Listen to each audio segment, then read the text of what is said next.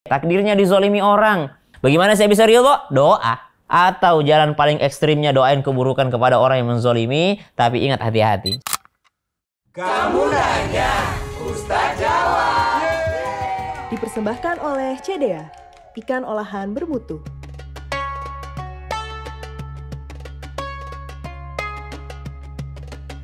Assalamualaikum warahmatullahi wabarakatuh. Waalaikumsalam warahmatullahi wabarakatuh. Alhamdulillah wassalatu wassalamu ala Rasulillah Sayyidina Muhammad ibni Abdillah, la hawla wa la quwwata illa billah. Subhanaka la ilma lana illa ma 'allamtana innaka antal alimul hakim. Selamat datang santri-santri yang dimuliakan Allah Subhanahu wa taala. Alhamdulillah, sore hari menjelang berbuka puasa kita kembali berkumpul untuk bermajelis ilmu, mengisi ngabuburit kita dengan belajar, saling sharing, bertanya. Bukan berarti saya duduk di atas sini lebih baik daripada teman-teman, bisa jadi teman-teman lebih baik daripada saya. Namun saya kasih kesempatan lagi, insya Allah kalau ada yang mau bertanya, masih ada pertanyaannya, soalnya dari kemarin udah bertanya-tanya mulu nih, mukanya penuh dengan pertanyaan ini kayaknya. Oke, silahkan. Saya Ustadz. Siap. Mau nanya dong. Namanya. Ustaz jawab dong. Jadi gini Ustadz, saya tuh baru dijolimi sama orang. Rasanya tuh sakit banget dan gak ikhlas gitu. Diapain? Jadi gimana ya Ustadz biar saya bisa ikhlas? Oke, alhamdulillah ala kulli hal. Segala puji bagi Allah atas segala keadaan. Merasa dizalimi, murni merasa dizalimi. Tapi biasanya merasa dizalimi itu justru dia nggak sadar kalau dia lagi zalimi orang. Ada kan orang sok-sok terzalimi gitu, pasang status lah, apalah. Kayak dia yang paling terzalimi. Padahal menurut lawannya juga terzalimi. Gitu, subhanallah. Jadi kita tuh nggak usah merasa playing victim gitu loh. Selalu merasa bahwa dia yang korban. Padahal dia tidak sadar bahwa dia juga sedang menyakiti orang lain. Ada orang kayaknya hidupnya terzalimi aja gitu. Subhanallah. Padahal dia juga sedang menzalimi orang lain. Padahal dia juga sedang menyakiti orang lain. Oke lah, sekarang anggaplah ya. Walaupun di awal saya menanamkan bahwa jangan tanamkan pada diri kita bahwa kita ini selalu jadi korban. Sekali-sekali kita introspeksi diri. Ya, kalau jadi korban, falhamdulillah. Kalau jadi korban kezaliman, falhamdulillah. Kenapa alhamdulillah? Doanya orang terzalimi didengar sama Allah Subhanahu wa taala. Yang dikhawatirkan adalah ketika kita menzalimi orang. Makanya mesti bercermin terlebih dahulu, apakah saya ini benar terzalimi atau justru saya menzaliminya duluan? Ya, tidak mungkin ada asap kalau tidak ada api. Jangan sampai saya justru pernah menzaliminya tanpa sadar. Jangan sampai saya pernah menyakitinya tanpa sadar, lalu sekarang saya playing victim, saya merasa bahwa saya korban, padahal saya sebenarnya tersangka gitu. Padahal sebenarnya saya lah yang berbuat jahat kepadanya duluan, subhanallah. Maka yang pertama yang ingin kita tanamkan bahwasanya kita mesti banyak-banyak bermuhasabah, berintrospeksi diri. Jangan sampai kita yang nyakitin orang tapi kita malah berperan sebagai orang yang paling tersakiti. Itu dulu yang pertama. Yang kedua, ya udah deh, anggap aja kita yang tersakiti, kita yang terzalimi gitu ya. Kita yang terzalimi, lalu bagaimana caranya biar bisa ridho. Sebenarnya bahasanya ridho, bukan ikhlas. Kalau ikhlas itu ketika kita berbuat. Ikhlas itu ngasih orang makan, ikhlas namanya. Tapi kalau disakiti, memaafkan namanya ridho. Saya ridho memaafkan gitu. Dikasih sesuatu yang dikasih itu yang namanya ridho. Dikasih kezaliman ya dia ridho menerimanya. Dikasih keburukan ya dia ridho menerimanya. Bukan ikhlas. Karena ikhlas itu berkaitan dengan dia yang melakukan. Dia yang melakukan. Dia adalah pelakunya, pemerannya. Berarti dia ikhlas. Saya ikhlas sholat, ikhlas namanya. Saya puasa dengan ikhlas, namanya ikhlas. Saya ikhlas bersedekah, namanya ikhlas. Tapi yang menerima, saya ridho menerima sedekah ini. Bukan ikhlas menerima sedekah, tapi saya ridho menerima sedekah ini. Kena musibah, ikhlas atau ridho? Ridho. Saya ridho dengan musibah ini. Ya, takdir, ikhlas menerima takdir atau ridho menerima takdir? Ridho. Saya ridho menerima takdir ini. Bukan ikhlas menerima takdir, tapi ridho menerima takdir ini. Oke, takdirnya dizalimi orang. Maka bagaimana caranya agar bisa ridho? Ya, ridho dizalimi sama orang lain. Maka yang pertama, mesti dia punya ilmu agama. Kenapa? Karena kalau orang punya ilmu agama, ketika dizalimi orang, langsung dia ingat ilmunya. Oh, dizalimi orang berarti saya sedang diijabah doanya sama Allah. Maka apa yang dia lakukan? Langsung berdoa. Langsung berdoa. Doa ketika terzolimi itu pasti didengar Allah. Boleh nggak kita berdoa, ya Allah balaslah dia? Boleh nggak? Saya disakitin nih, murni disakitin gitu.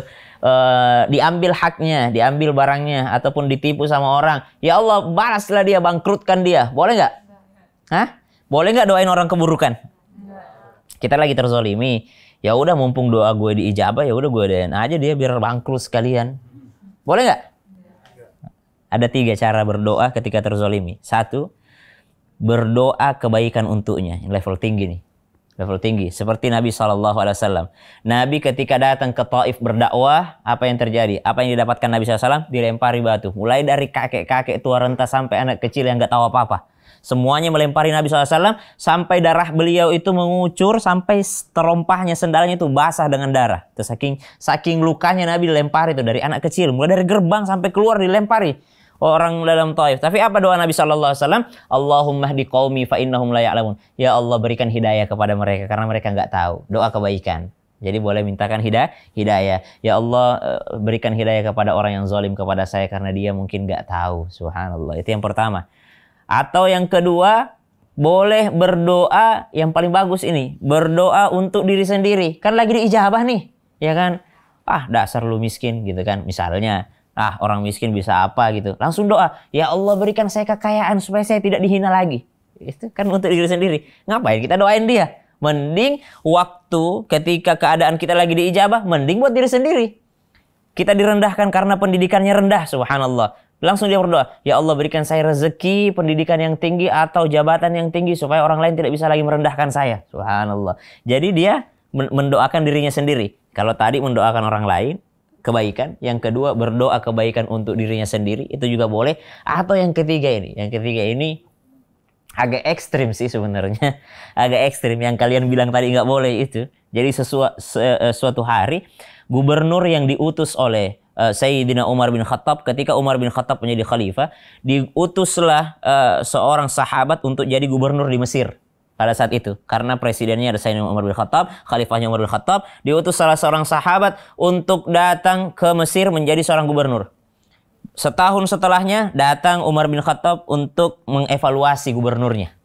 Ditanya kepada rakyat, wahai rakyat, gimana gubernur kalian yang saya utus ini? Apa jawaban rakyatnya? Wah, dia adalah gubernur yang adil, dia adalah orang yang baik, dia adalah orang yang jujur, dia tidak pernah mementingkan dirinya, dia senantiasa mementingkan kepentingan rakyat, wahai Umar bin Khattab, wahai Amirul Mukminin. Wah, dipuji-puji gubernurnya. Akhirnya Umar bin Khattab pulang. Di tengah jalan ada seorang yang nahan Umar bin Khattab. Wahai Amirul Mukminin, tunggu sebentar. Tadi itu, rakyat itu cuma peres aja itu. Tadi rakyat itu bohong sebenarnya. Sebenarnya gubernur kami itu zalim. Sebenarnya gubernur kami itu zalim sama kami. Gubernur kami itu zalim, dia korupsi, dia ngambil hak kami, dia selalu mementingkan kepentingan pribadi dibandingkan kepentingan rakyat. Sebenarnya itu dia itu gubernur yang jahat. Satu orang yang ngomong gitu, padahal tadi semua orang bilang baik. Maka dipanggillah gubernur tadi untuk menghadap sama Sayyidina Umar bin Khattab, dipanggil. Wahai gubernur, wahai sahabatku, tadi masyarakat bersaksi engkau orang baik. Tapi saya mendengarkan kesaksian satu orang ini. Dia mengatakan bahwasanya engkau adalah orang yang buruk. Saya tidak mau sebutin namanya, kata Umar bin Khattab. Engkau tidak perlu tahu siapa orangnya. Yang jelas engkau adalah orang yang buruk. Engkau yang korupsi. Engkau yang tidak mementingkan kepentingan rakyat. Kata orang tadi itu. Maka apa jawaban gubernur tadi? Dia langsung angkat tangannya. Kata dia mengatakan, saat ini Allah sedang mengijabah doa saya karena saya sedang terzolimi. Ya Allah, jikalau aku adalah pemimpin yang adil, ya Allah, maka jikalau aku memang berlaku buruk terhadap rakyatku, ya Allah, maka ampuni dosaku. Tapi jikalau orang itu tadi memfitnahku dan menzolimiku, ya Allah, maka panjangkan umurnya dalam keburukan. Panjangkan umurnya dalam kesengsaraan. Jadi ini ketika terzolimi, dia doain orang lain buruk. Jadi ada contohnya sebenarnya. Dia doain orang lain, ya Allah kalau dia memfitnah saya, panjangkan umurnya dalam kesengsaraan. Nggak disebutin namanya siapa. Dia cuma bilang, kalau dia fitnah saya Allah, kalau dia bohong, maka panjangkan umurnya dalam kesengsaraan. Apa yang terjadi? Sayyidina Umar bin Khattab wafat. Digantikan sama siapa? Sayyidina Utsman bin Affan. Sayyidina Utsman bin Affan wafat. Berpuluh-puluh tahun kemudian diganti oleh siapa? Sayyidina Ali radhiyallahu an. Sayyidina Ali menjabat. Sayyidina Ali belusukan, Lihat seorang kakek tua sakit-sakitan di pinggir jalan, gak punya apa-apa, penyakitnya banyak, tapi masih hidup. Jadi dengan keadaan yang sangat sengsara di pinggir jalan, ditanya, engkau keluargamu di mana? Gak ada. Rumahmu di mana? Gak punya. Engkau gimana keadaanmu? Saya sedang sakit, saya sekarat, tapi saya gak bisa mati. Ditanya, apa yang pernah kau lakukan? Kata dia, saya kena doanya gubernur saya dulu karena saya pernah memfitnahnya. Subhanallah. Jadi umurnya panjang tapi dalam kesengsaraan. Kenapa? Karena pernah zolimi orang. Subhanallah. Jadi kalau dikatakan, bagaimana saya bisa ridho? Doa minta keridhaan, doa agar diberikan kebaikan, atau jalan paling ekstrimnya doain keburukan kepada orang yang menzolimi. Tapi ingat, hati-hati, siapa tahu sebenarnya kita yang zolim kepadanya. Lalu kita berdoa, justru doanya balik lagi kepada kita. Kenapa? Karena ternyata kita yang zolim kepada mereka. Makanya Nabi Yunus ketika masuk ke dalam perut ikan, apa doanya Nabi Yunus? Padahal Nabi Yunus itu kan masuk ke dalam perut ikan, kenapa? Karena dia meninggalkan tugas dakwahnya. Zunnun itu masuk ke dalam perut ikan, Nabi Yunus masuk ke dalam perut ikan karena dia meninggalkan kampung Nainawa, yang mana Allah belum ngizinin dia keluar dari kampung Nainawa. Akhirnya masuk ke perut ikan. Apa doa Nabi Yunus? Padahal sedang terzolimi dia di kampungnya tadi, makanya dia kabur. Apa doa Nabi Yunus? Apakah Nabi Yunus mengatakan, ya Allah ampunilah itu kaumku karena mereka zolim kepada aku? Tidak. Nabi Yunus berdoa, la ilaha illa anta subhanaka inni kuntu minaz zalim. Ya Allah, saya zolim sama diriku sendiri. Saya zolim sama diriku sendiri. Nabi Adam ketika dikeluarkan dari surga, apa doanya? Rabbana zalamna anfusana. Apakah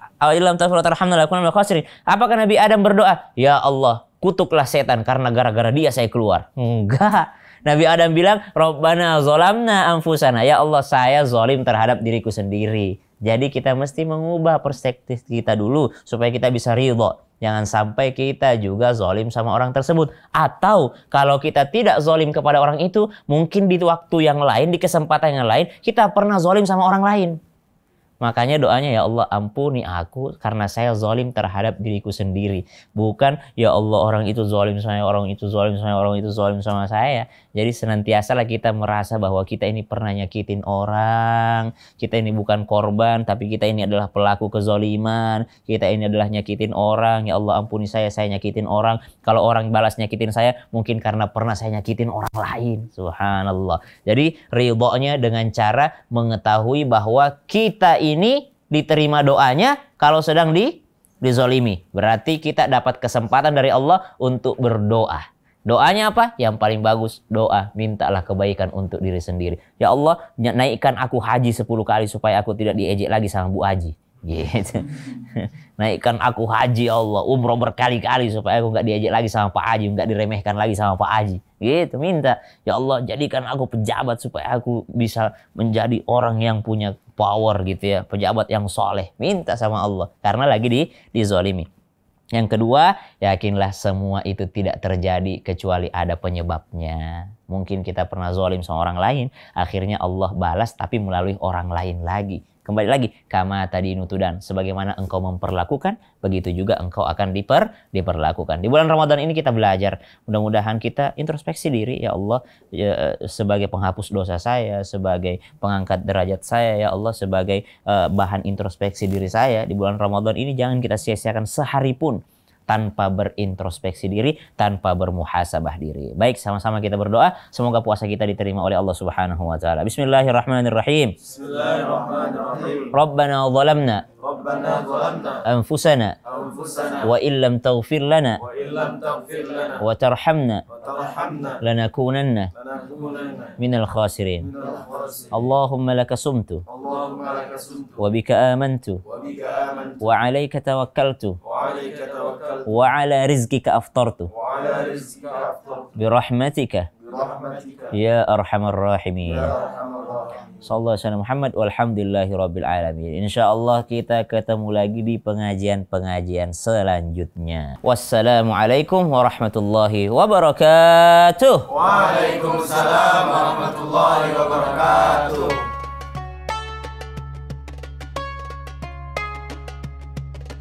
Kamu nanya, Ustaz jawab. Dipersembahkan oleh CDA, ikan olahan bermutu. Saya Saya Chef Muto di Kreasi Resep CDA. Ada bawang merah, bawang putih, dan jahe kita blender. Kemudian kita tumis. Masukkan CDA Steamboat Tom Yum sajian praktis ala restoran. Cabai rawit merah, hijau, jamur merang, tomat, minyak wijen, cabai bubuk, kaldu bubuk, lada bubuk, garam, lemon, daun salam, serai, daun jeruk, daun ketumbar. Steamboat Tom Yum kuah asam pedas ala CDA. Temukan resep menarik CDA yang lain di sosial media kami. CDA, ikan olahan bermutu.